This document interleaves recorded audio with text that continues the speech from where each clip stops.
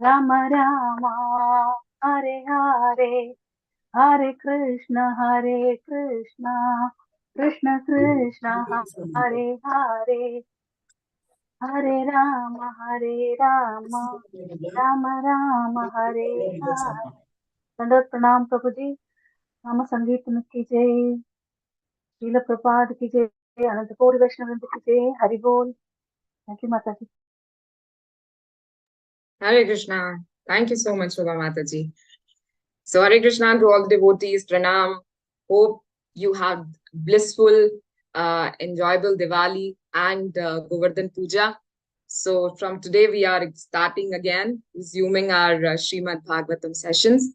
And today's speaker is His Grace Anirudh Seva Prabhu. Anirudh Seva Prabhu has just came back from a yatra, from the Vrindavan yatra. So Prabhu will share, I will ask Prabhu, I'll request him that in this auspicious month, if it's possible, Prabhu should share a little bit about his yatra also, and the shlokas from 3rd canto, 10th chapter, 21 to 26 shlokas. Hari Bol Prabhu, Hare Krishna.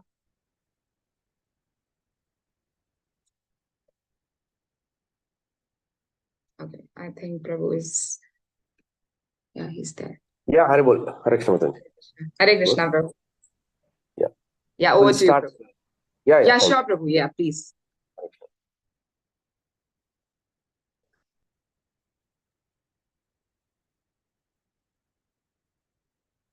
And somebody will be able to share the shlokas, Mataji? You'll be able to share the shlokas? Yes, Prabhu. Channa Mataji will share. Okay.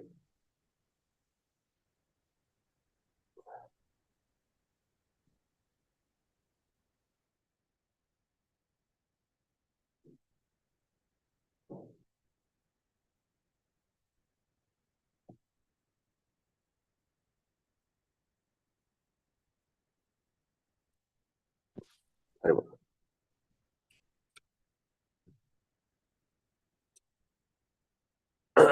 जय राधा माधव कुंज विहारी गोपीजन वल्लभ गिरिवरधारी। जय राधा माधव कुंज Vihari गोपीजन Vallabh Girivardhari. Yashodanandan ब्रजजन Ranjan Yamuna तीरवनचारी।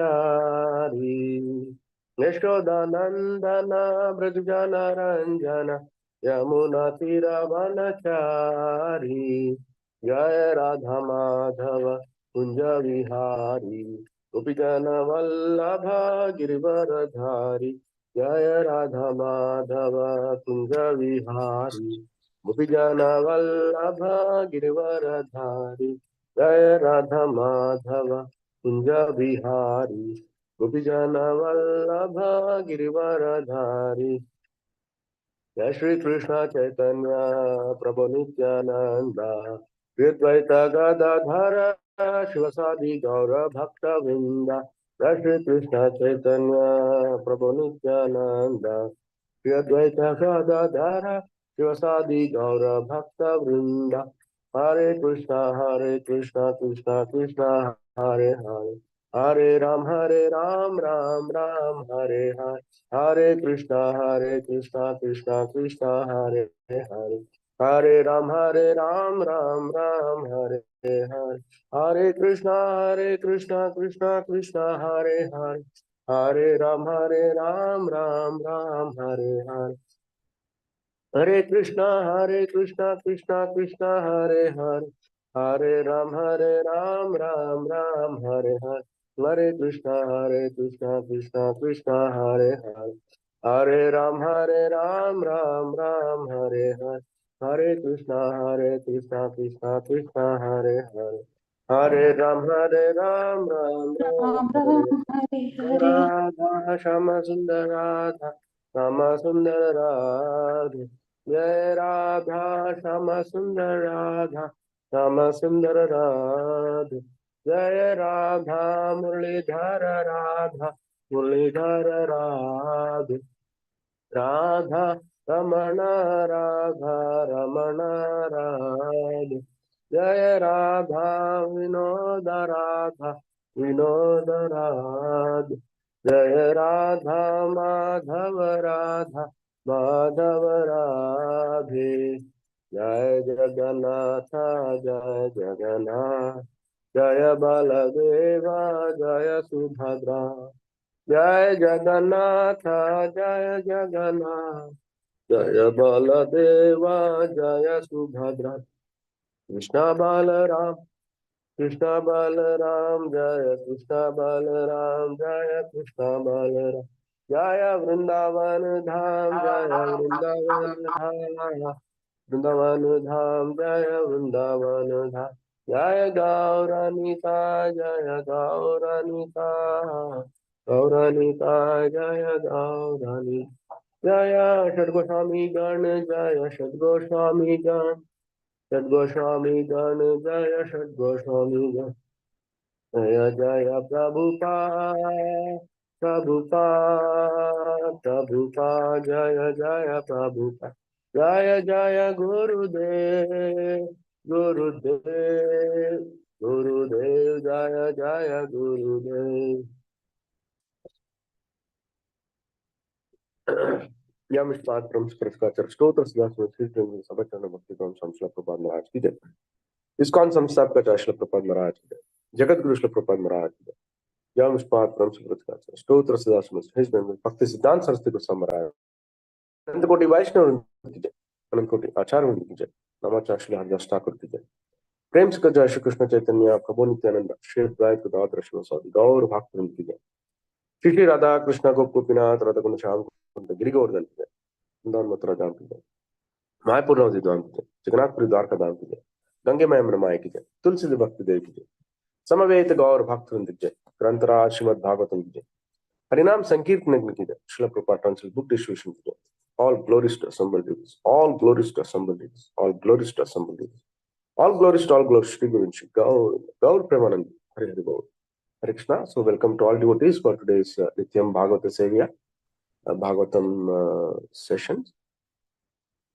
in this holy month of Damodar Kartik month. And so today we'll be taking shlokas from the third canto, 24th chapter.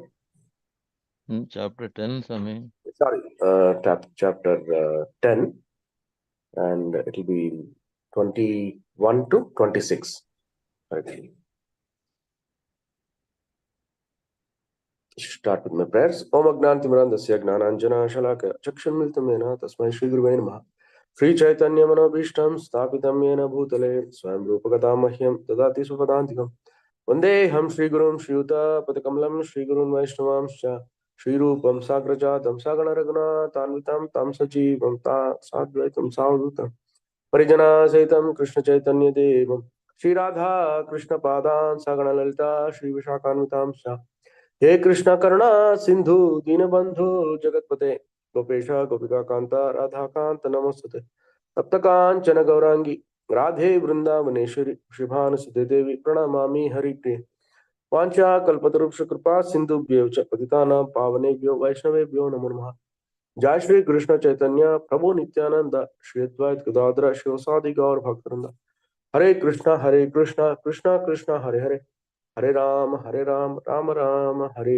हरे ओम नमो भगवते वासुदेवाय ओम नमो भगवते वासुदेवाय नारायणं नमस्कृत्य नरं चैव नरोत्तमं देवीं सरस्वतीं व्यासं ततो जयमुदीरयेत् नष्टप्रायश भद्रेषु नित्यं भागवत सेवया भगवते उत्तम श्लोके भक्तिर्भवति नैष्टिकी. So 21st shloka we'll be taking from today.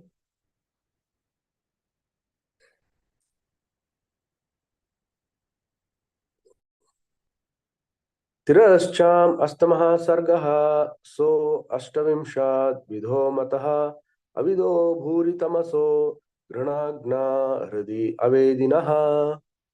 तिरश्चाम् अष्टमः सर्गः सो अष्टविंशात् विधो मतः अविदो भूरितमसो घृणाग्ना हृदि अवेदिनः. तिरश्चाम् अष्टमः सर्गः सो अष्टविंशत् vidho mataha avido bhuri tamaso grana na hridi avedinaha.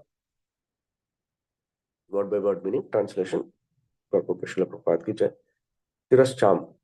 Excuse me. Species of lower animals. Ashtamaha, the eighth. Sargaha, creation. Saha, they are. Ashtavimsha, 28. Vidaha, varieties. Mataha, considered. Avidaha, without knowledge of tomorrow. Bhuri, extensively. Tamasaha, ignorant. Grana, gnaha, can know desirables by smell. Hradi avedinaha, can remember very little in the heart. Translation. The eighth creation is that of the lower species of life, and they are of different varieties, numbering 28. They are all extensively foolish and ignorant. They know their desirables by smell, but are unable to remember anything within the heart. So, devotee who is in the queue can read the purport. Hare Krishna Prabhu Dandavat Pranam. Purport Srila Prabhupada ki Jai. In the Vedas, the symptoms of the lower animals are described as follows. Ate taresam pasuna asana asanapi pase evabhi vijnanam na vijnatam vadanti na vijnatam pasyanti na vidhu swastanam na loka aloka iti yadva bhuri tamaso bahurusa granenaiva jnananti hridyam prati swapriyam vastva eva vindanti bhojana sayanadhi artham grihnanti. Lower animals have knowledge only of their hunger and thirst. They have no acquired knowledge, no vision.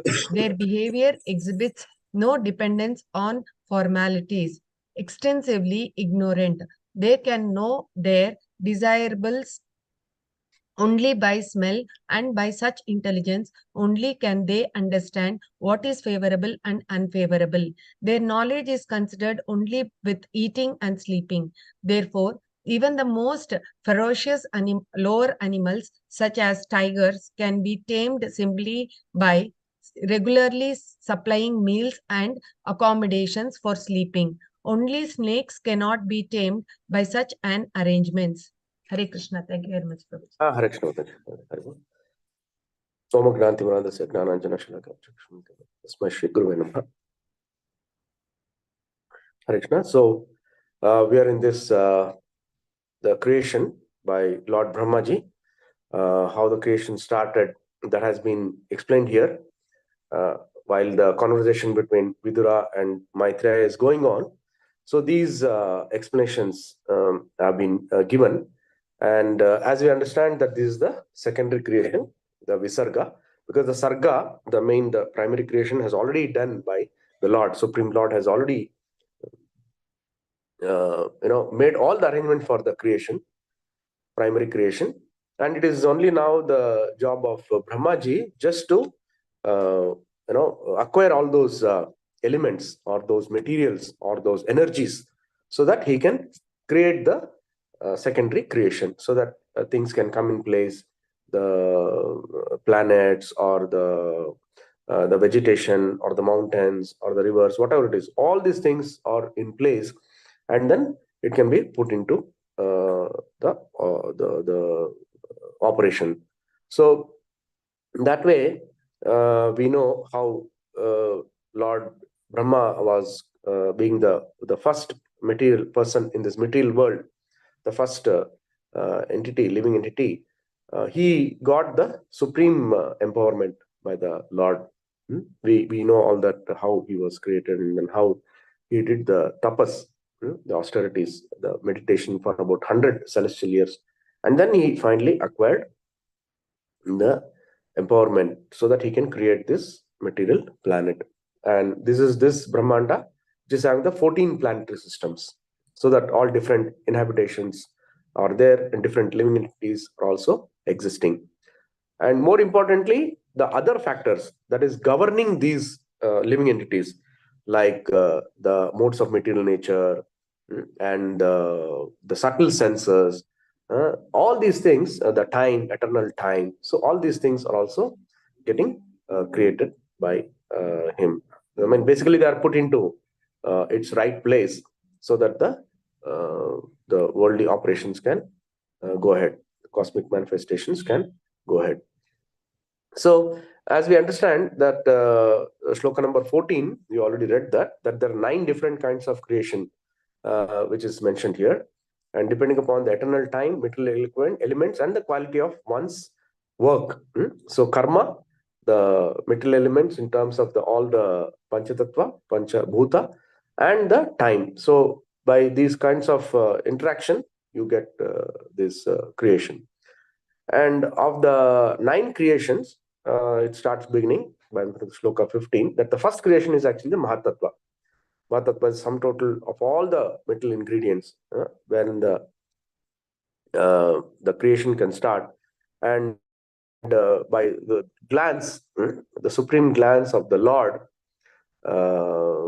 in the form of Mahavishnu, all this will get agitated, and then the creation will start. So that is mentioned. So the first one, the creation, is actually the material, the Mahatattva. The second one is actually the false ego.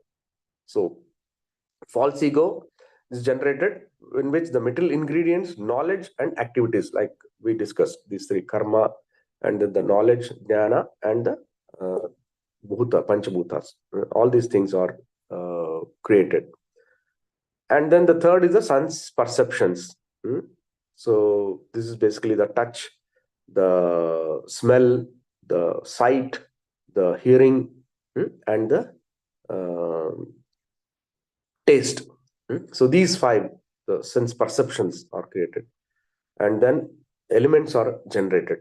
The pancha bhuta are generated, or the air, fire, earth, water, and ether. So this is generated. Then the fourth one is actually the creation of knowledge and working capacity. So this is the fourth one. And the fifth one is actually the controlling deities by interaction of the mode of goodness, whereas the mind is the sum total. So mind is coming here, and which is actually coming out of the mode of goodness. So this is all these things are actually explained in many places in Bhagvatam. The order is the same. So this is just for our to recap the knowledge. Then the 6th is actually the ignorant darkness, the andha tamas, and by which a master acts as a fool, the shloka says. So this is the 6th is tamogun, which is there. So we have not still come to the passion, rajogun, while the tamogun and the satogun is already there, and the false ego is already there. So ahankara is playing a very major role in this creation. Above all this, all the above are natural creations by the external energy. Now, hear from me about the creations by Brahma, who is incarnation of in the mode of passion. So since Brahma is already created in the mode of passion, and he is also the controller of the Rajasic people, so he is creating something which is again further on his own, because the first 6 which we read is already created by the external energy of the Lord. So there also he is probably has no role, but still there is a marginal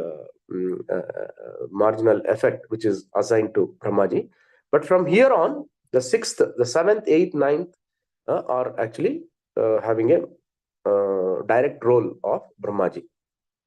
And it is also mentioned here, in the matter of creation, he has a brain like that of personality of Godhead. So Lord has empowered by this brain, or the thinking capacity or executing capacity. The 7th creation is actually the immovable entities, which are of 6 kinds. Basically, the trees are mentioned here, one without flowers, and one which exists until the fruit is ripe. So there are some trees where the moment the fruit is ripened, it is actually it probably dies off or wanes off. So like that. I don't know, I'm not getting any example for that, but this is a kind of a tree and plant which exists. The moment the fruit is gone, probably a single fruit or multiple fruits are there, but once the fruit is gone, is given, then it is waned off. And some fruits, the first one, the fruit trees without flowers.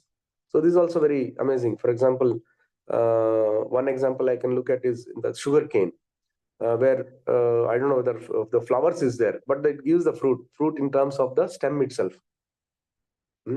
So like this. And then the creeper, then the pipe plants, creepers which have no support. This is again very unique. And trees with flowers and fruits. So these trees are generally what we are seeing now. So this is the seventh creation. And all the immovable trees and plants seek subsistence upwards.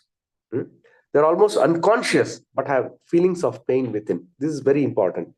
They are manifested in variegatedness. So this is the nature of the trees and plants. Although they are living entities, they have a consciousness, but that consciousness is very, very minimal, very negligible. So that's why the shloka is also telling that they're almost unconscious, but have feelings of pain within. So there is some element of pain. They also suffer. If suppose somebody cuts the tree branch, or somebody, if there is a, if somebody breaks the trunk itself. So like this, there is a feeling of pain. And what to speak of if somebody pulls down a tree, then definitely there is pain. But this is actually not being expressed, or it is because the consciousness is very low, it cannot express itself. Although there is a little bit of pain, little bit of suffering, but it is actually very negligible.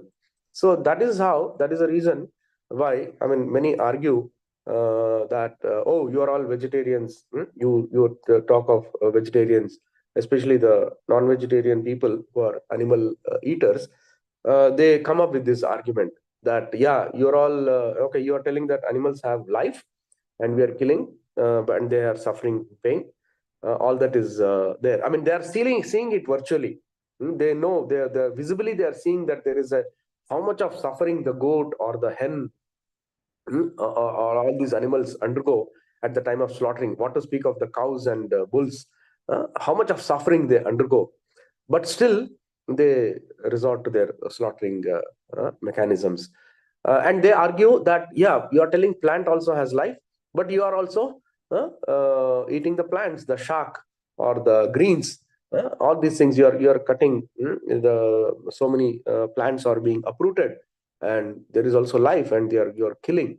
So this is the argument that they give. Yes, that is true that there is a plants are also being taken away, but the most important thing is that since their consciousness is so low, and it is not that we are pulling out the entire vegetation, just some minimal portion of plants are being removed. So there is definitely there is a bit of papa karma involved, even by the vegetarians, but that is actually very minimal. So what we go according to Bhagavad Gita, what Krishna has said, that we follow. We don't do a rampant killing of these plants, or uprooting these plants. We just take as much is required, so that it can be that this can be offered to the Lord. And because in Bhagavad Gita 9th chapter, Krishna has mentioned that patram pushpam phalam yome bhaktya prayachati. So he has mentioned that patram pushpam phalam toyam. So these four articles are being given to him, and then if this is given in bhakti, then I will accept it. So we take to that extent this patra. I mean, it's a patra, that it also a part of the plant also is included. So that way we offer, because Krishna he is accepting these the plants, or this the greens. So that is the reason that we are offering to him, and then we are accepting. So this is a very, very minimalistic way of explaining things, but still people who want to argue will still argue, because they don't understand the concept of Supreme Lord, service to the Lord, how we take the Lord's service in a very personal form, and how we feed him, how we take care of him. So there is so much of intimate relationship with the Lord, which they don't understand, and ultimately it's very, they probably take their own viewpoint, and then may not understand. But still we need to explain that that even if there is some papa karma, it is, yes, it is there, but it is very minimalistic. It's not that we are doing it on a regular basis, on a rampant basis. So this is the understanding that what we need to give. Then the eighth creation is of the lower species of life, which is today's shloka. They're of different varieties, numbering 28. They're all extremely foolish and ignorant. And only thing they know, these entities, they are by the smell. The smell, the sense of smell is fabulous. They have extreme sense of smell, and with that, they're able to do their living. And wherever they find that there is a eatable, and that smell is being used for what? Just to fill their belly, not to anything to remember anything within their heart, because they're not still advanced. The entities are still of a very lower nature, and so that is being explained here. And which are those animals, which is explained in this next four shlokas. So as Prabhupada gives, as we understand in this shloka, Prabhupada mentions that these animals, in the Vedas also, the symptoms of these animals are being given. So what is it actually, the symptoms? The lower animals have knowledge only of their hunger and thirst. They have no acquired knowledge, no vision. Their behavior exhibits no dependence on formalities, extensively ignorant. They can know their desirables only by smell, and by such intelligence only they can understand what is favorable and unfavorable. Their knowledge is concerned only with eating and sleeping.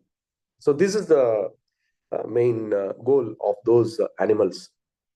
And they are happy as long as they get the food, and they are able to enjoy the sleeping or defending. So basically, that's why when Bhagavatam also gives this very famous shloka, which talks about ahara, nidra, bhayamaitunat, samanimedam, pashubi naranam, dharmo hi tesham adhika vishesho, dharmena hina pashubi samanam. So this is the shloka. Ahara, nidra, bhaya, maitunam. So what is that? Eating, ahara. Nidra is sleeping. Bhaya is the fear or defending. And maituna is the sex. So these four are samanya metad pashubi naranam, are common for pashus, animals, as well as the nara, the living entities, human being. Again, what is that separates these two entities is that dharmo hi tesham adhika vishesho. Dharma, they have to practice the dharma, their occupational duty, and also dharma to elevate themselves in the consciousness. That is the most important thing. They have to come up to they have to go in the higher grades of the ladder of yoga. So, for example, for the living entity, for the animal, the human, the lowest grade of the yoga ladder is karma kanda, where they just do their activities, they do their daily routines, rituals, and all that, just to earn their living and see that their material wealth, everything is taken care of, and they worship God, even to the extent of offering them and all that. But they only want the results. They do it only that their only intention is that they get the results, they get the good results, and they are able to enjoy for a long period of time. Then you have the karma yoga. Then you have in the karma yoga, and there are various varieties of gnana mishra yoga, and then where the fruits are offered to the Lord. So that way they are a little elevated. Then you come to the Jnana Yoga, then the Dhyana Yoga, and finally the Bhakti Yoga. So like this, there are various steps in this yoga ladder, where the human can perform and they can elevate themselves. So in the beginning stages, they'll all be worshipping on the demigod worshippers. Later on, they can get promoted to the worshipping the Supreme Personality of Godhead. So here the sloka, as it says, the dharma of the main dharma is basically the dharma of the soul, which is that is most important. What is that the person is doing, not for just filling his belly, the occupational duty, but also for his understanding his constitutional position and how to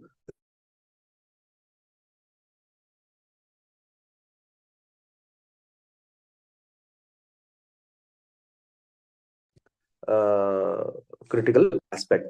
So that dharma, if he is doing, that is, if he is able to elevate his soul, which is actually this is the vishesha, or this is the speciality. Dharmena hina pashubi samana. If he is not doing that dharma of elevating his soul consciousness, then ideally what is actually compared the pashu, or an animal. So that way, the shloka is very clear, and the same thing is also being explained here by Prabhupada, that knowledge should be there, where the living entity can go up higher and then seek that the higher platform, so that it's able to serve. So that's why Mahaprabhu gave us the ideal, what is our constitutional position of a human being, is that Jiva Swarup hai Nitya Krishnera Dasa. So that is our position, to be the servant of the Supreme Lord Krishna. So till they come to that understanding, it is going to be a big turmoil, a lot of struggle, lot of suffering, lot of pressures, or mental disturbances the entity will bear. And finally, by the divine, probably divine intervention of the Lord, causeless mercy of the Guru, or the causeless mercy of the Lord himself, they might get finally the Guru and the Sangha, the Sadhu Sangha, and then they can come to this position of Krishna consciousness. Otherwise, it is going to be a very big struggle. So finally, Prabhupada concludes, therefore, even the most ferocious lower animals, such as tigers, can be tamed simply by regularly supplying meals and accommodations for sleeping. Only snakes cannot be tamed by such an arrangement. So we have seen this, even the ferocious animals like tigers, lions, also cheetah, all these things which are probably today kept in the zoos, they're all from the young, early age itself, they are actually tamed. Because they are chained and they're kept in the cages, they're chained, and they have actually totally forgotten their instincts of killing an animal and hunting. So they actually don't know what is that, what is the hunting instinct, how to get their food, because in the zoo everything is supplied.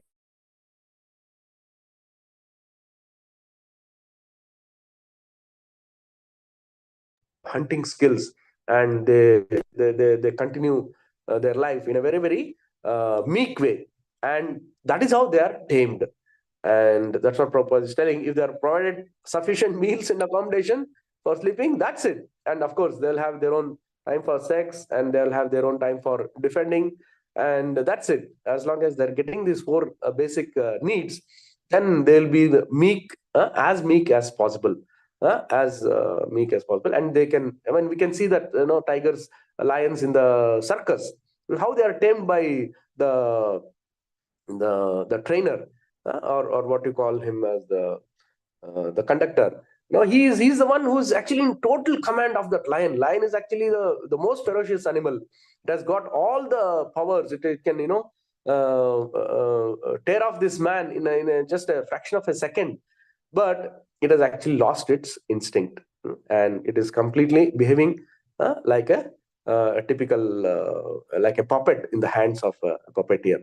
And so this is the nature, and that's what the ferocious of the animals are kept. And generally this is what happens. And for example, even elephants, how what a strength they have, how much of a force they can generate. But because right from their childhood, from their child, they are not given that opportunity.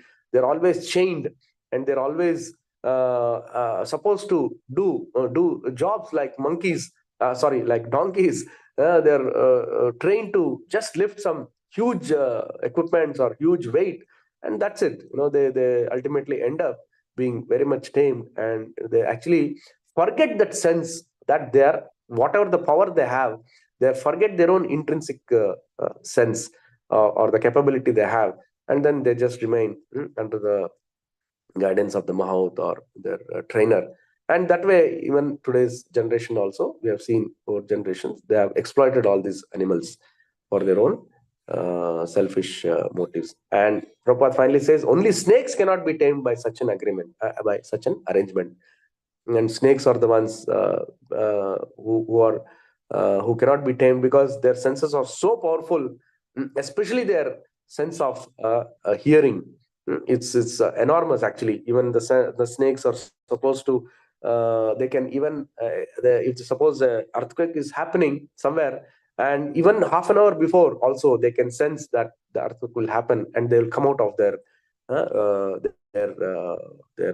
hiding places, because they can sense that there is something, the earth is going to shake and the tremors will happen. So like that, because the sense is so much, and because of their senses being so strong, and they can catch the vibrations which is happening even a kilometers away, 1 or 2 kilometers away. And that is why they are always so much scared. Their defending nature is that what they do, they always hoist their tongue to release the poison. Anytime they hear a small noise and they think that somebody is going to attack me, somebody is going to kill me, they're so much afraid, there's so much of defending nature, and they don't care by releasing the poison from their fangs. So that is an unfortunate situation. Although the person may not be doing a harm to them, but still the snakes consider that he's going to harm me, that I'm going to defend. And that's why the snakes are epitome of this envy. They don't want any other living entity to be beyond them, but they just want their food to be always available to them. And that is how the snakes, being that so envious, that anyone who is coming near, or a small sound or small disturbance they find, because of their extraordinary hearing capacity, they attack the person or the any other entity, and then they just simply poison it and then kill it. So Prabhupada says the snakes cannot be tamed, because by nature there's so much of they can also have a pretty good sense of smell. Like we know how dogs and some cats, they all have extraordinary sense. They can remember smell, and that's how the dogs are used to catch even the thieves, the prisoners, or somebody, if they have to catch the police. All these people, they use the dogs so that they can smell, and they can smell thousands and thousands of varieties of smell. They can identify, and they can take you to the right place where that smell is still prevailing. So this is one of the methods. I mean, this is all the creation, how fantastic the creation Lord has made. There is nothing which is lacking by the Lord. And I was talking of the elephants. The extraordinary strength of an elephant actually lies also in their perception, which is actually the touch. The soft, if you have observed, the elephant is such a heavy animal, weighs about 40 to 50 tons minimum, full grown elephant. And what is there in in their leg or the foot is actually a very soft skin. And this is very soft actually. They can, if somebody touches that, you can feel that it's so soft. But such a heavy animal, and this is again one great miracle Lord has created. It's so soft. And the point is that whenever the elephant goes in the forest, it has to be very cautious of the thorns, right? Because suppose a thorn gets into the elephant foot, gone, that's it. It is so much of painful, and the Lord has created in such a way that the feet is not like very hard. Actually, ideally, you should have given a hard skin for them, because but he has given a very soft skin at the same time. And if the thorn enters, gone, it will be probably bleed to death. How it can remove? They don't have hands, they don't have a needle, and it is very, very precarious condition. But still, out of mercy, it is said the Lord has given them the extraordinary power of identifying where the thorns are in the green grass, and they will not step it. Their eyes may not see, but because of their extraordinary sense which is there in the soft skin, they can identify where the skin is. So that's why the elephants graze normally where there are no thorns. Where there are green grass, very crunchy or maybe juicy grass, they will be there only. They will not go there. very rare chance that they will their foot will be affected by some thorns. So that is their extraordinary knack they have. So Lord again has given them the perception of knowing where the thorns are available in the jungle. So like this, it's an extraordinary creation the Lord has given, and that is how Lord protection is there to the elephants, and they continue their life and they don't suffer. They don't have doctors. If suppose somebody is there, somebody gets a thorn, they don't have doctors to clear. But by nature's arrangement, it will never get captured. And although the elephant has got so much of power, the weight is there, it can give so much of pressure, but as if you see the step of the elephant, that's why it is called gajagamini, the gamini, or the weight, the steps of the elephant, it is so soft, it's so, and it is so naturally so beautiful. People will really enjoy if you see the gait of an elephant. It is so wonderful. And what is that? They have such a huge weight, but when they keep their the foot, it is so soft. There is no pressure. Even if the child is there, and if the elephant keeps its foot on the child, nothing will happen to the child, unless the elephant is in an aggressive mood and it want to crush that child. With that weight, they can control the weight, and they can see that the soft touch of their foot is there on the child, and the child can never get crushed. So this is the amazing nature what creation Krishna has given. I thought I'll appreciate what all I know little about. I've heard about all these animals, because we are talking about animals, and there are so many instances where animals are having this mercy by the Lord. Hare Krishna. So we'll go to the next shloka, 22. So devotee can read the shloka and translation. There are, I think, not much purports. Hare Krishna. Vasudha Mataji.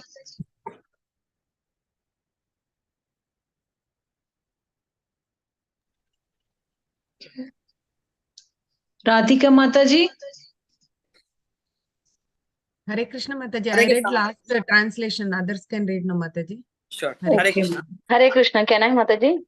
Radhika Mataji will do. Radhika. Yeah, I'll finish Mataji. Gaurajo Mahisha Krishna Sukaro Gavayo Ruruhu Dvishapha Pashavaschimi Avir Ushtrascha Sattama. Hare Krishna. Thank you so much, Mataji. Thank you, Prabhu. Hare Krishna. Hare Krishna. Sudha Mataji. Hare Krishna Mataji. Hare Krishna Prabhuji. Translation Hare by His Divine Grace Srila Prabhupada ki jai. O purest Vidura of the lower animals, the cow, goat, buffalo, Krishna stag, hog, gavaya, animal, deer, lamb, and camel all have two hooves. Thank you, Prabhuji. Hare Krishna. Hare Krishna.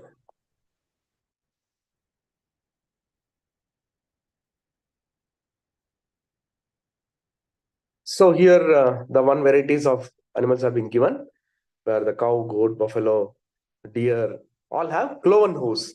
Their hooves are very closed. So like this is one variety. And probably all these are grass eating. So they are very animals of very basically of kind nature. Hare Krishna. Next, shloka 23. Sindhu Mataji.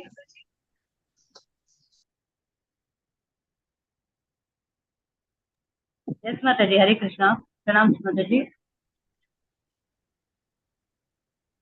Am I audible?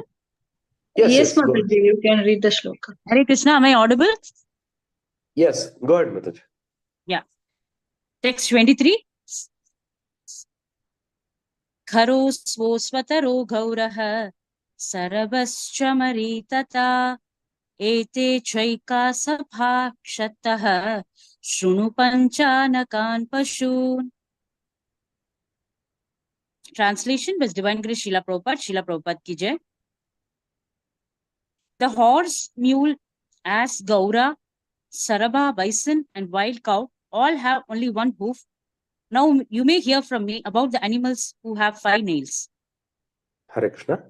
So here, very interesting point is that the cow, because the cow and horse are generally domesticated by humans, and they're used, the cow.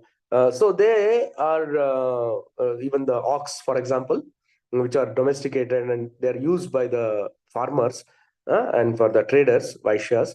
So the clothes, the hooves which are there are actually put with a horseshoe, right? We have seen that, because the hooves actually grow, and because it grows, it might grow uneven, and what that person does it, he chops off, he clears off that hooves, so that the it is very straightened out, and it remains foot on its ground, and it gets a good grip.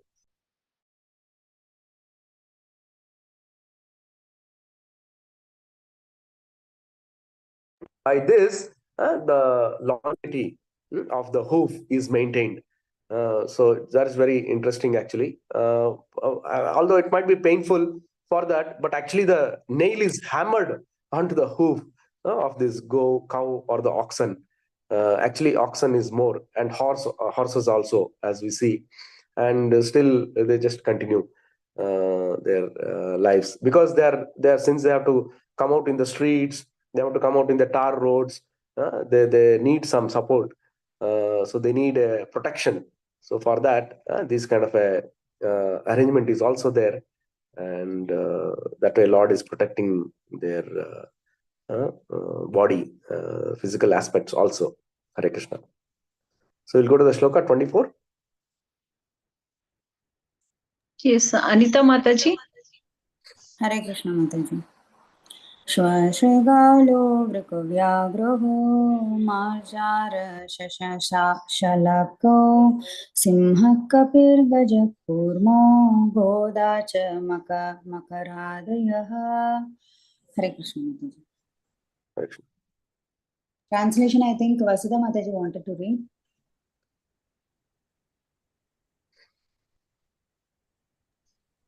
Vasudha Mataji, if you're there, you can go ahead with translation. Hare Krishna Mataji. Translation, Srila Prabhupada ki Jai. The dog, jackal, tiger, fox, cat, rabbit, sajaru, a lion, monkey, elephant, tortoise, alligator, gosapa, etc. all have fine nails in their claws. They are known as panchanakhas, or animals having fine nails. Hare Krishna. Yeah, very well. So very clear categorization of all these animals. It is being made. Shastras is giving so much of information that probably even a scientist or a person who is doing research on these animals may not know all these things. But we get so much of information here in the Shastras. Hare Krishna. Then Shloka 25. Krishnamurti Prabhu.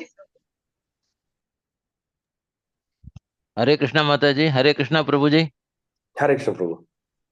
Kankagrahara bhakasvena bhasha bhallukabharinaha hamsa sarasa chakravaha kokulo kadaya kagaha. Translation by A.C. Bhaktivedanta Prabhupada ki jai.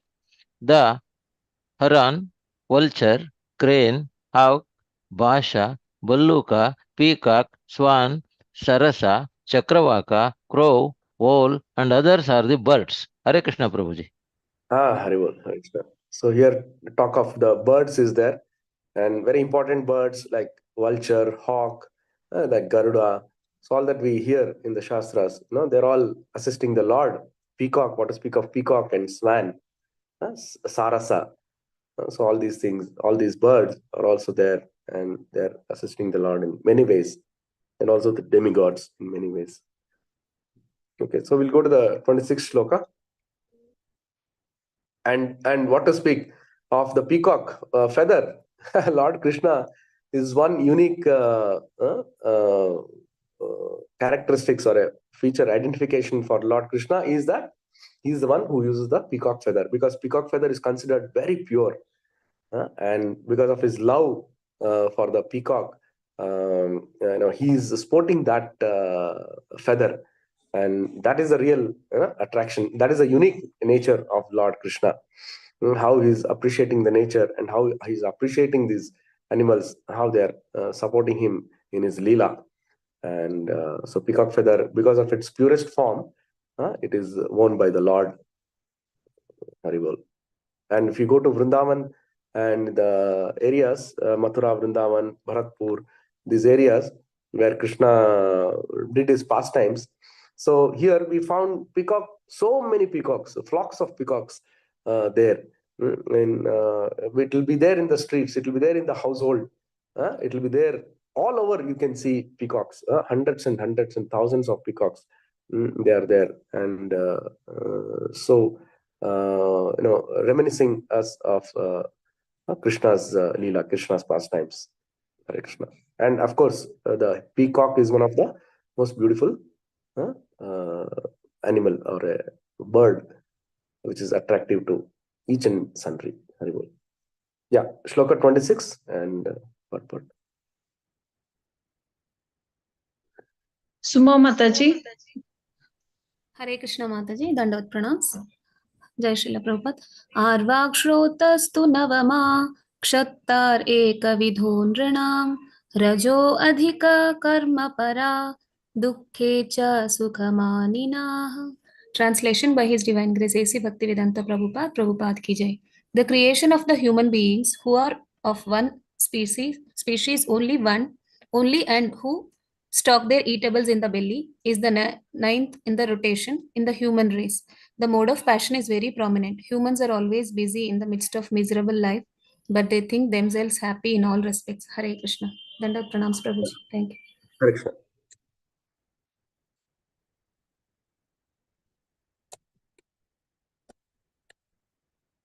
Yeah, the purport, somebody can read. Hare Krishna Prabhuji, Dandavat Pranam, purport by Srila Prabhupada, Yeah. Srila Prabhupada ki jai. The human being is more passionate than the animals, and thus the sex life of the human being is more irregular.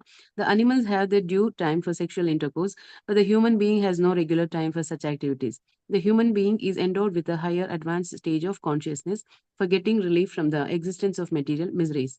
But due to his ignorance, he thinks that his higher consciousness is meant for advancing in the material comforts of life. Thus, his intelligence is misused in the animal propensities like eating, sleeping, defending, and mating, instead of spiritual realization. By advancing in material comforts, the human being puts himself into a more miserable condition. But illusioned by the material energy, he always thinks himself happy, even while in the midst of misery. Such misery of human life is distinct from the natural, comfortable life enjoyed even by the animals. Hare Krishna Prabhu. Hare Bol.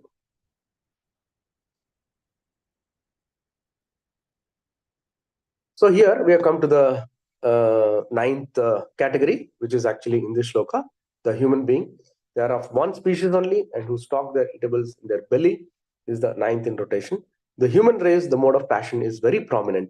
Humans are always busy in the midst of miserable life, but they think themselves happy in all respects. So this creation of the humans also is being done by Brahmaji, and then human race is easily identified. The main characteristics of this human race is that they are generally mostly in the mode of passion. Rajoguna is very, very prominent.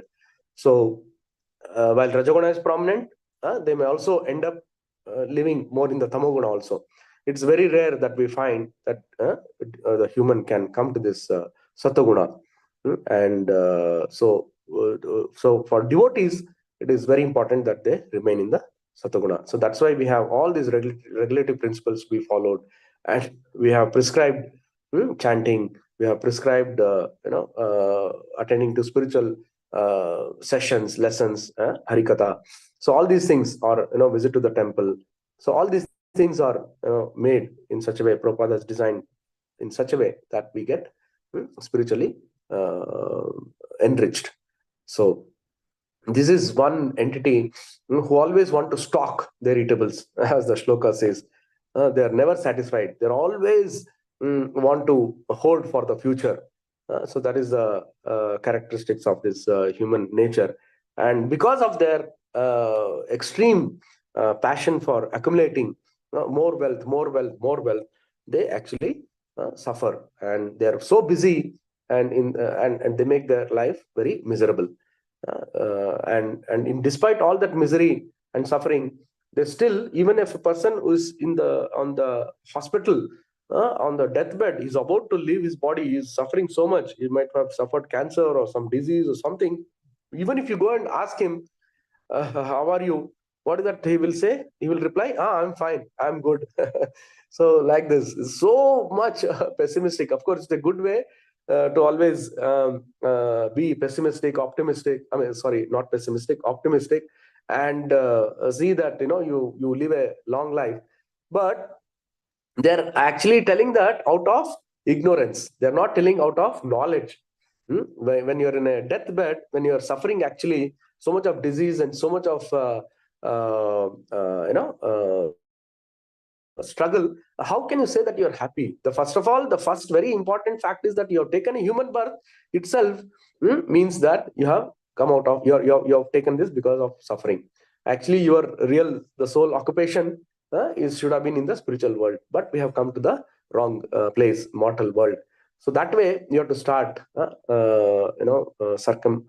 inspecting ourselves, and then come to the conclusion that this is the material world, is dukhalayam ashashvatam, and then the only way I can remain happy, I can at least endeavor myself to be happy, and then achieve my life goal, is only by being in the devotional service, by doing bhakti yoga.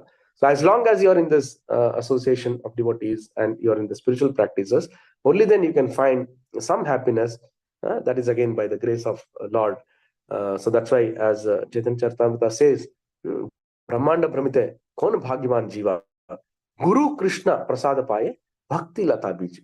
So that is very important. That we're talking of previously, the causeless mercy of the Lord, causeless mercy of the Guru.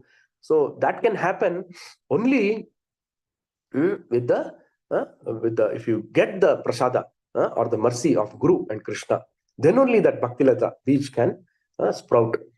So we don't know Brahmanda Brahmita, because this the living entity is going through so many millions and millions of lives, and amongst them we don't know who is really that fortunate soul who can get this mercy.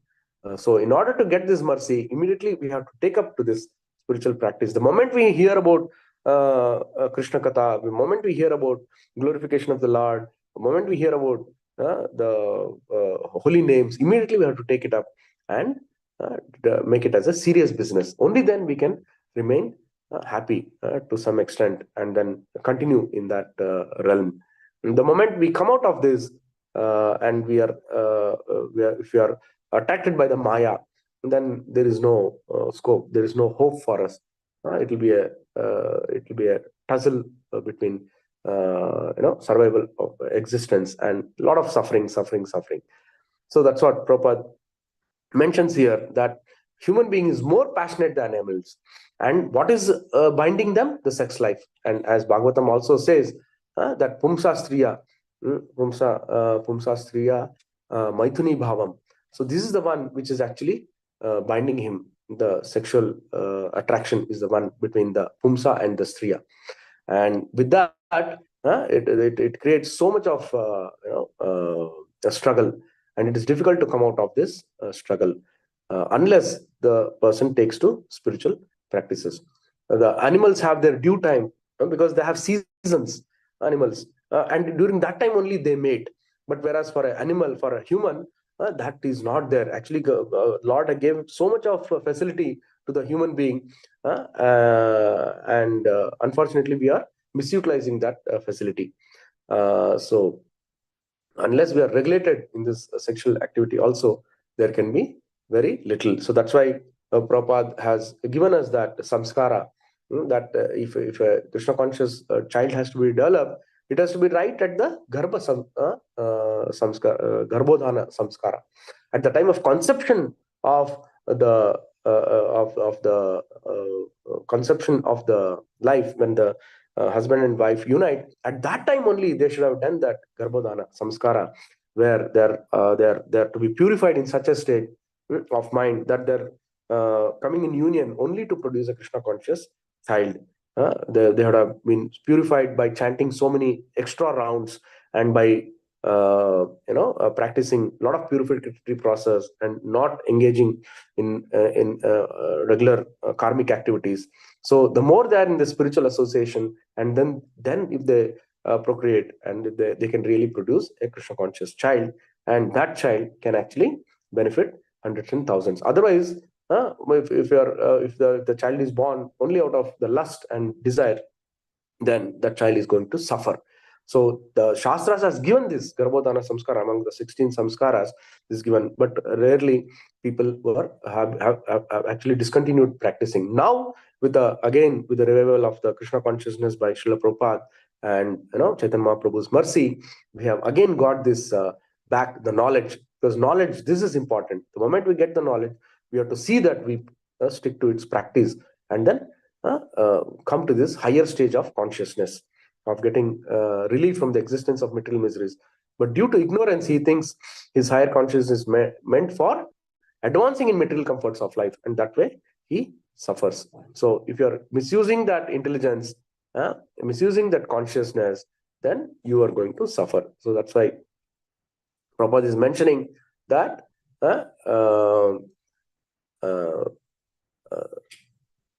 by advancing material comfort, the human being puts himself into more miserable condition, illusioned by the material energy. He always thinks himself happy, even while in the midst of misery.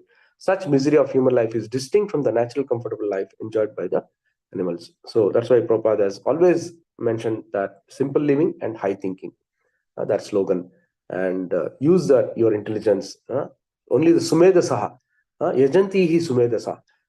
So this Krishna conscious practice can be taken up only by those people intelligent, extremely intelligent. Then they can take up, and so this movement is giving us this opportunity. Prabhupada has given us the opportunity of not only the knowledge, but also how to practice in real life. So with that, we should take advantage of this Bhakti Yoga and make our life successful. Hare Krishna. So we have so many examples of top class elevated devotees like Shaubhara Muni was there. Actually, he was living in Vrindavan himself, in the Ramana Reti only, where Yamuna is flowing. If some people have, our devotees have gone to this Krishna Balram temple, and we start just behind that, we start the Parikrama Marg, and as we come down the Parikrama Marg, we get the first very important ghat, or the ghat is actually the Varaha Ghat. So the Varaha Ghat is where actually Krishna showed his Varaha Rupa to all his Gopas, friends. And this is where Gautama Ashrama also there, and Gautama Muni's ashrama, and Varahadeva is worshipped there. And here also Shaurabha Rishi was performing. He was also having his ashram there. Of course, now it is all not visible because Yamuna has gone back so much ahead, and the drift or the movement of the Yamuna has changed. So the whole landscape is actually changed. And this Saubhara Rishi was a great tapasvi, and he was doing the tapas in the everyday. Such a great yogi that underneath he used to go under the under water and then do tapasyas for hundreds of years, and then he all that what he wanted was yogic perfection, siddhis. And he was agitated, such a great elevated devotee. He was protecting the fishes, and he was very protecting the fishes, and then he had cursed the Garuda that you should not come. And Garuda used to come every day to take to have his meal of one fish. And Garuda was such a great Vaishnava, but without that knowledge that Garuda was a great Vaishnava serving the Lord Vishnu, he had cursed Garuda that you should not come to this place and eat this fish, because he had compassion for the fish. He was going against the law of nature which Krishna had created, and because he committed Vaishnava aparadh, so he had to suffer. And what he had to suffer, and being a devotee of the Lord, and he was doing such a great yogi, but he was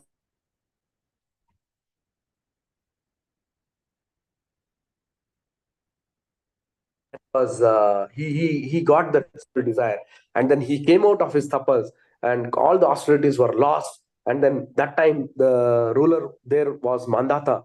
Mandata king was there, and then Mandata king had several daughters. So he came to that extent, and although he was in such a disheveled, he had so much of a beard, his body was old, he had a very disheveled face.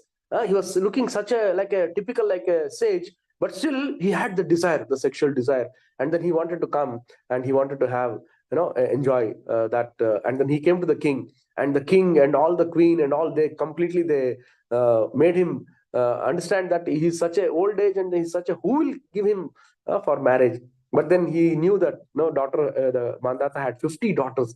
He wished that he had to marry all the 50 daughters.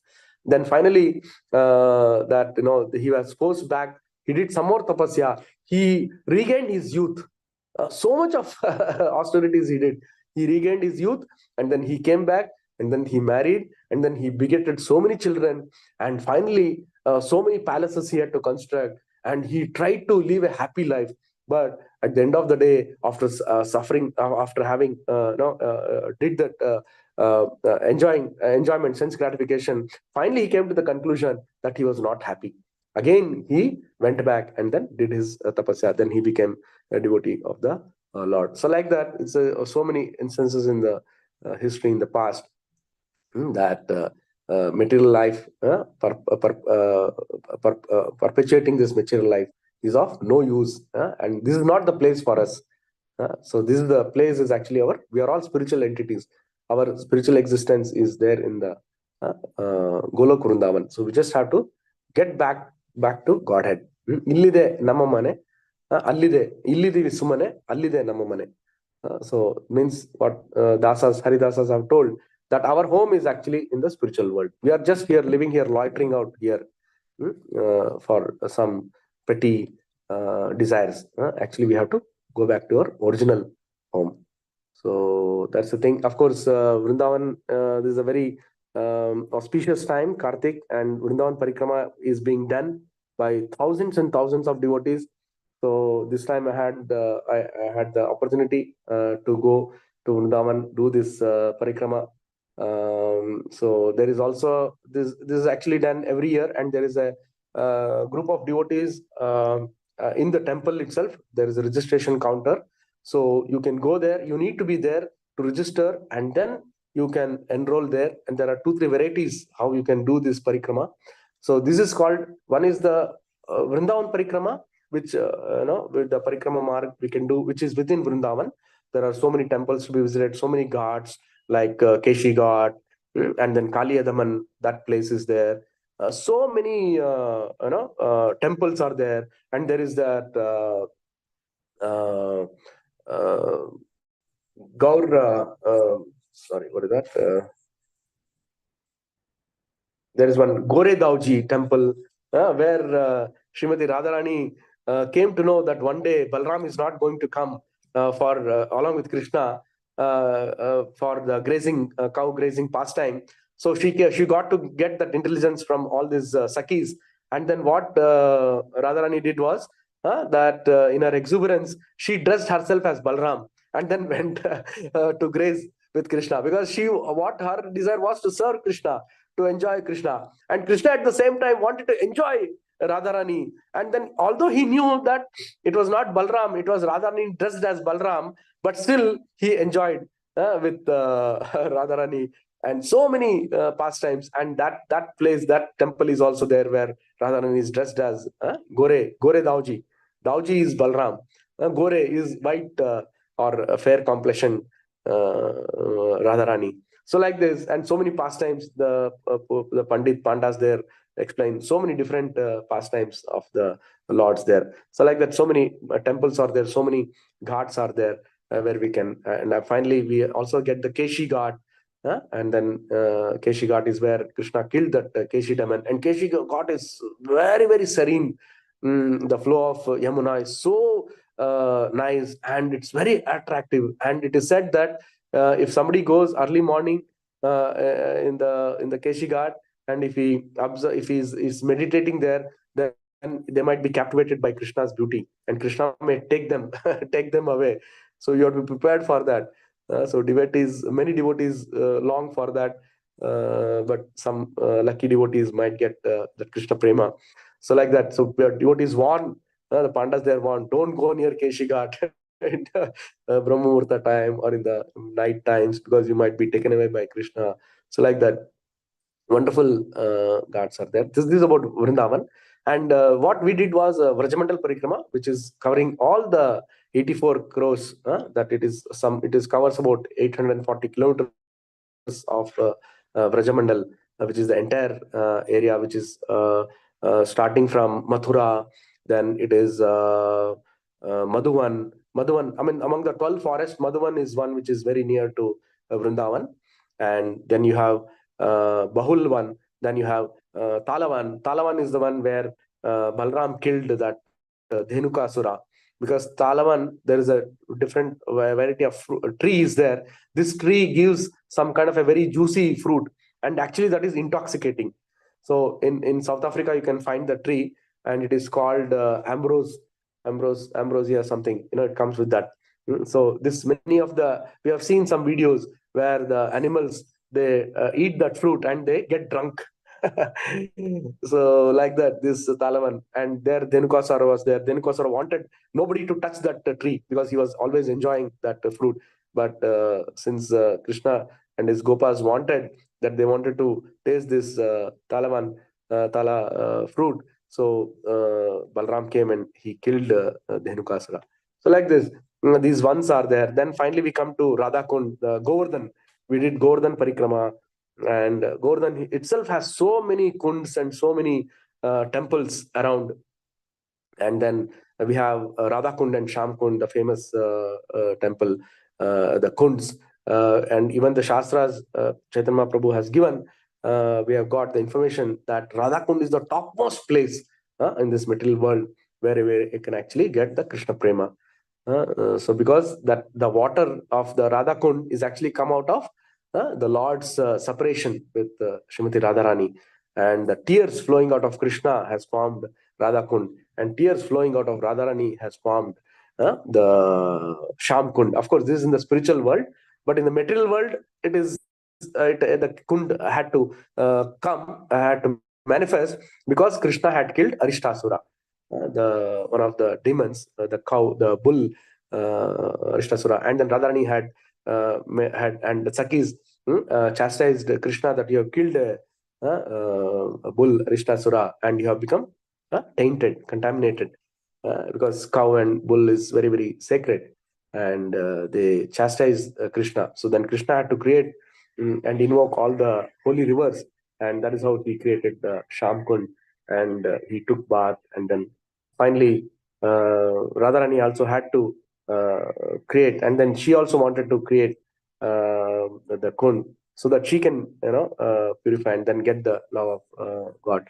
And then she used the bangles by broken bangles and then wanted to create the Kund, but it was not possible. Then finally Krishna made way, and then he allowed the waters of the Shamkund, which was all the holy waters, to come there, and then the love of prema, Krishna prema, and with that the Kund, Radha Kund was formed. And so like this, it's all leelas of the Lord. And then we had to come to Kamyavan. Kamyavan again is a place where Pandavas ruled, and there are so many temples, principal temples of Radha Gopinath, Radha Govind, and Madan Mohan, which are the three main presiding deities, which is there in Vrindavan as well as in Kamyavan, and a lot of places where Pandavas did their exile when they were in the Vanavas.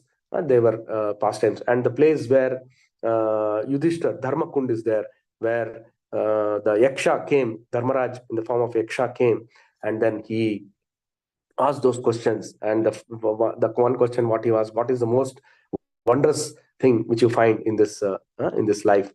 So then Yudhishthira had to answer that so many hundreds and thousands of people are living their bodies, but the person living is not bewildered by that nature, and still that he will continue for hundreds and hundreds and thousands of years, like that. So this is the most. So like this Ekshakund is there, and Yudhishthir's palace is there. So many places are there, Kamyavan.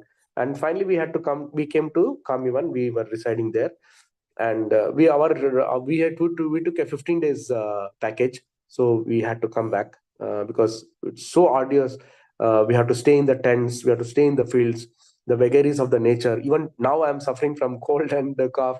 Somehow managed to give this class. From 7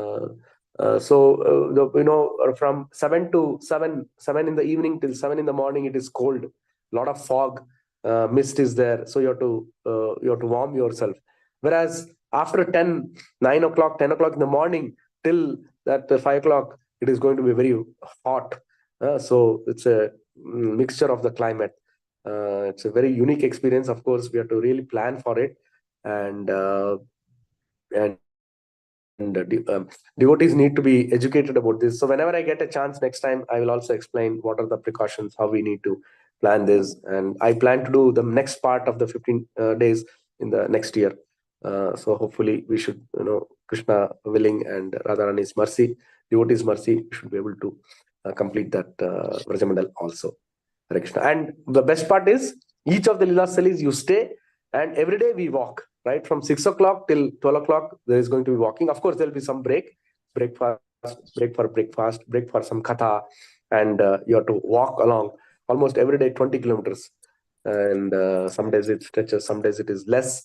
But it is a wonderful, great experience. And nothing to worry. If you are not able to walk, some autos will be there. If you are lucky, you will get some autos, and you can actually take that, for help, so that you don't strain your body. And also, one more important thing is that we have an entire doctor team, the physiotherapist, acupuncturist. So if you get a little pain or little body ache or any medicines, they will give you. The camps contain these doctors, well-qualified doctors, devotee doctors. So that way, everything is taken care. And what to speak of prasadam, extraordinary prasadam, 2 times a day. Haribol. So with this, I will end today's session. I hope if devotees have some realizations and some questions, they can answer. They can ask about it. Hare Krishna, Prabhuji. Dandaprana. Prabhuji, all these arrangements you all made in advance, or the prasadam and all you all had from the temple? We have to go and register there. There is no online registration. Yeah. Devotees have to go to the temple, and in the Balram hall, behind the Krishna Balram temple, the volunteers will be there, and you can register. There are various categories you can register, like international devotees, or the normal category of devotees. And prices also differ, VIP category. So like this. And if you want to do a shuttle service, that also can be done. So whichever is to your convenience, you can register there. And Prabhu, how do you find the Pandus and all that to direct you to different places? Where do you find them? The Pandus, the people who will take you around. They are called Pandu, no? The pandas. Pandas. Yeah. What is the question, ma'am? How can you look for pandas there? If you are just going. Pandas, we don't have to arrange actually. Wherever we go, our guides are there. Our guides are there, that for the travel assistance, everything. It's only that, for example, if you go to some ghats, like say Vishram Ghat, or some say Gaya Kund, where you want to offer Pitru offering, something you want to make, oblations, there you have to use the pandas. You have to pay. They'll be there. They'll be there to offer the mantras and offer the prayers. So that way, those pandas will be there. That's all. Okay. But I'm talking of the temple. When I talked about the Goredavji temple, the panda is the Purohit. They come with so many stories. It's just that we need to have some patience to listen. And they talk in their own sweet Brajavasha, and wonderful pastimes they can tell you. Oh, so nice. Very nice. Haribol. Thank you so Prabhuji. much, Prabhu. Thank you for, first of all, explaining nicely the 5 shlokas, and then after telling us about the Vrajmandal Parikrama and the Govardhan Parikrama. Thank you so much, Prabhu. Yeah. Prabhu, is it possible for you to show us your altar so that we can do Damodar Arati? Yeah. Yeah. So quickly we will do Damodar Arati because it's already 10:51. Who will sing today? Haribol? Mataji, Prabhuji's. Hare Krishna, Mataji. Yeah, Vasudha Mataji will sing. Huh? One Mataji? second, Mataji. Yeah, just I'm Yeah, searching. okay. Yeah. Shall I start, Mataji? Yeah, Mataji, please. Namamishwaram Sachidanandarupam Lasatkundalam Gokule Brajamanam Yashodhabilolukaladhavamanam Paramrishtamatyantadodrutagopya Ridantam muhurnetrayugmam vrijantam Karambojayugmena satankanetram मोश्वासकम्पत्रिरेकाङ्ककण्ठ स्थितग्रैव दामोदरं भक्तिबद्धम् इति दृक्स्वलीलाभिरानन्दकुण्डे स्वघोषं निमज्जन्तमाख्यापयन्तम् तदीशितज्ञेषु भक्तैर्चितत्वं पुनः प्रेमतस्तं सतावृति वन्दे वरं देवमोक्षं न मोक्षावधिं वा न चान्यं वृणेऽहं वरे साधिपीह इदं देवपुर्नाथगोपालबालं सदा मे मनस्या विरस्तां किमनैः इदं ते मुकाम्बोजमत्यन्तनिर्लैर्वृतं कुण्टलैः स्निग्धरक्तैश्च गोप्य मोश्चुम्बितं बिम्बरक्तादरं मे मनस्या विरस्ताम् अलं लक्षलाब्दैः नमो देवदामोदरानन्त विष्णो प्रसीद प्रभो दुःखजालाब्धिमग्नम् कृपादृष्टिदृष्टैति दीनं बतानो गृहाणे एष माम् आज्ञमेध्यक्षदृश्य कुबेरात्मजौ बद्धमूर्तैव यद्वत् त्वया मोचितौ भक्तिभाजौ कृतौ च तथा प्रेम भक्तिं स्वकामे प्रयश्च न मोक्षे ग्रहो मेऽस्ति दामोदरेह नमस्ते स्तुदाम्ने स्फुरदीप्तिदाम्ने त्वदीयोदराय तविश्वस्य दाम्ने नमो राधिकायै त्वदीयप्रियायै नमो नन्तलीलाय देवाय तुभ्यां नमो राधिकायै त्वदीयप्रियायै नमो नन्तलीलाय देवाय तुभ्यां नमो राधिकायै त्वदीयप्रियायै नमो नन्तलीलाय देवाय तुभ्यां हरे कृष्णा कृष्ण कृष्ण हरे हरे हरे राम राम राम हरे हरे हरे कृष्ण माताजी thank you Jaya Radha Damodar Radha Damodar Radhe Jaya Radha Damodar Radha Damodar Radhe Jaya Jaya Prabhupada Prabhupada Prabhupada Jaya Jaya Prabhupada Jaya Jaya Gurudev Gurudev Gurudev Jaya Jaya Gurudev Shri Radha Damodar ki jai, Damodar Mas ki jai, Damodar Ashtakam ki jai, Nitai Gaur Premanande Hari Hari. Thank you so much, Prabhu. Thank you so much, Prabhuji. Thank you. Vancha kalpatarubhyascha kripa sindhubhyascha patitanam pavanebhyo Ananta Koti Vaishnava ki jai, Srila Prabhupada ki jai, Nitai Gaur Premanande Hari Hari. Hari Bol. Thank you, Prabhu. Hare Krishna Prabhuji, thank you. Thank you, Hare Mataji. Krishna to all the devotees. Pranam. Hare Krishna, Pranam. Thank Shall you, I end the session, Prabhuji. Prabhu? Dandat pranam. Shall I end, Prabhu? Yes, Mataji. Hare Krishna. Yeah, Hare Krishna.